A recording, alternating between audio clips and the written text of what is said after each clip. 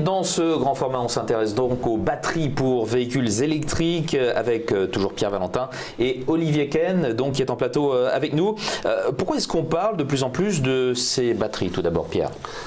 Eh bien, d'abord parce que le transport est responsable d'une partie importante des émissions de gaz à effet de serre, c'est environ 25% des émissions de gaz à effet de serre. Mais évidemment, dans le transport, il y a aussi le transport aérien. Donc si on ne regarde que le transport terrestre, par véhicule, on est à 17%. Évidemment, ce secteur a tout son rôle à jouer dans la transition énergétique.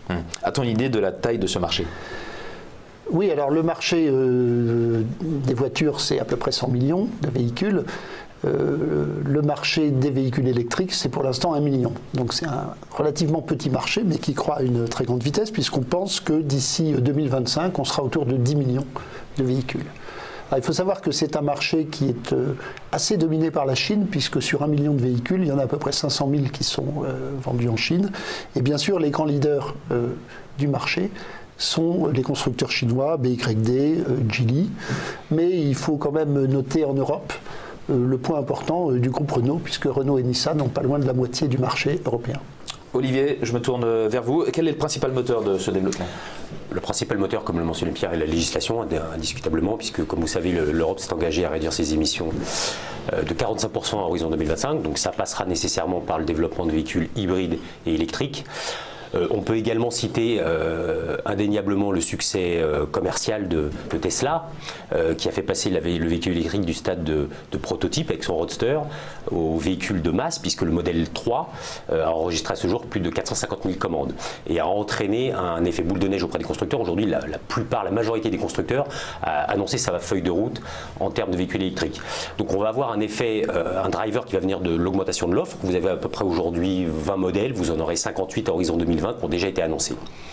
Donc la législation et une forte hausse de l'offre de la part des constructeurs. Alors Pierre, est-ce qu'il peut y avoir des freins tout de même à ce développement qui promet d'être exponentiel ? Oui, il y a encore des freins, bien sûr. Il y a le frein du prix, il y a le frein de l'autonomie, il y a le frein des infrastructures. Alors le frein du prix, en gros, un véhicule électrique, c'est à peu près 30% de plus qu'un véhicule à combustion, mais c'est quelque chose qui se rapproche progressivement parce que l'écart vient essentiellement du prix de la batterie. On compte à peu près aujourd'hui $200 par kilowattheure et on a une baisse d'à peu près moitié de ce prix tous les 5 ans. Sur l'autonomie, ce qu'on peut dire, c'est que ça reste un problème, mais un problème moindre qu'il y a quelques années, puisque les nouvelles générations de véhicules électriques offrent une autonomie de 250-300 km à peu près.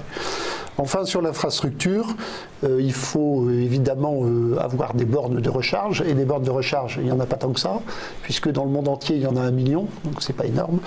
Cela dit, on pense qu'il y en aura à peu près 20 millions d'ici 2020, donc ce sera de plus en plus facile de recharger sa voiture. C'est très bientôt 2020, hein. Très très bientôt, hein. C'est vraiment demain. Olivier, cette industrie est très gourmande en matière première. Est-ce qu'on a une idée de l'impact ? Oui, on a une idée de l'impact, mais quel est-il cet impact ? Nous, on se concentre essentiellement sur 2 matières premières, le lithium, qu'on utilise pour les batteries lithium-ion, et le cobalt, qui est utilisé pour la fabrication des cathodes. Dans les 2 cas, il ne s'agit pas de ressources rares. En revanche, la capacité de production aujourd'hui n'est pas suffisante, compte tenu, Pierre le mentionne, de la forte demande. La demande est très nettement supérieure à l'offre. Vous avez à peu près 175 000 tonnes de lithium produit dans le monde. On estime que pour satisfaire la demande, il va falloir tripler ses capacités au cours des 3 prochaines années. C'est par ailleurs un marché assez intéressant d'un point de vue de l'investisseur, parce que le marché du lithium est en oligopole. En fait, vous avez 4 acteurs qui détiennent 85% du marché. Voilà, on pense que compte tenu du temps, du délai entre le démarrage d'une mine et la mise en production, on devrait avoir un marché assez tendu sur le lithium au cours des 3 prochaines années. Alors ça s'est traduit par une hausse des prix, hein, puisque on le voit sur le graphique, le prix a fortement monté au cours des dernières années, il a pris 30% au cours des 12 derniers mois. On pense que le prix va rester élevé encore une fois sur les 2 à 3 prochaines années, pour des raisons de capacité. Vous avez ensuite le cobalt.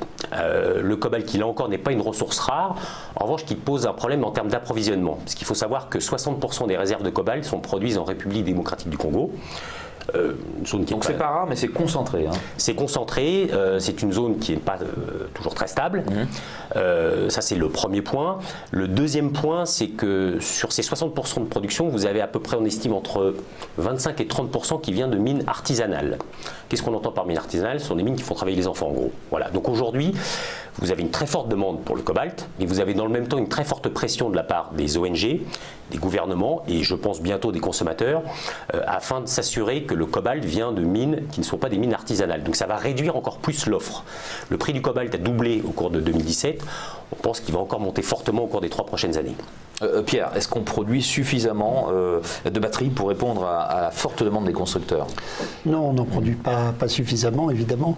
On a à peu près 75 gigawatts aujourd'hui de batteries, si on fait le total de la production. Marché tenu essentiellement par l'Asie, par la Chine et par la Corée. Alors il y a évidemment des grands projets. Le projet de Tesla de la Gigafactory, impressionnant, que vous voyez sur l'image. L'image, oui, parce que c'est pas une photo, elle est en construction. Elle est en construction et elle apportera 35 gigas de capacité supplémentaire. Donc il y a celle-là, et on a une deuxième qui est en construction. Hein. Oui, une deuxième construite aussi par Tesla et qui se situera en Suède.